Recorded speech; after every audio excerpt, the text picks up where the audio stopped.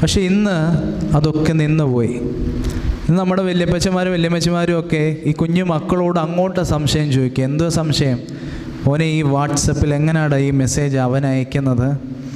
അല്ലെ ഫേസ്ബുക്കിലെ ഏതാണ്ട് ഈ ഹാപ്പി ബർത്ത്ഡേ എന്നുള്ള പോസ്റ്റ് അതുകൊണ്ട് അവനൊന്ന് ഇട്ട് കൊടുക്കാമോ? നമ്മൾ അങ്ങോട്ട് സംശയം ചോദിക്കുക. ആ ഒരു രീതിയിൽ നമ്മളെത്തി. ഈ കഥ പറച്ചിലോ അല്ലെങ്കിൽ മൂല്യങ്ങളും ധാർമ്മികതകളും എന്തുവാണെന്ന് പഠിപ്പിക്കുന്നതോ ഒക്കെ ഇങ്ങനെ നിന്നുപോയി. നമ്മൾ തിരിച്ചങ്ങോട്ട് ചോദിക്കുക, എങ്ങനെ ഫേസ്ബുക്ക് ഉപയോഗിക്കുന്നത്? ഇതുകൊണ്ട് ഇത് ലോക്കായിപ്പോയി, ഇതെങ്ങനെ ഇത് ഓണാക്കുന്ന, ലൈറ്റ് കത്തുന്നില്ല.